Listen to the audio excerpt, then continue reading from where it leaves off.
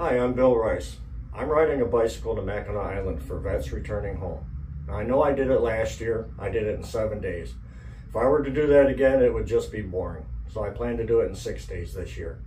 I've seen so many veterans, male and female, get the help they need and deserve. This is a very worthy program, and I'm asking you to please donate to help my ride. This is a solo charity bike ride, and all your donations go to vets returning home. And there's no government funding. All the funding comes from people like you. Thank you.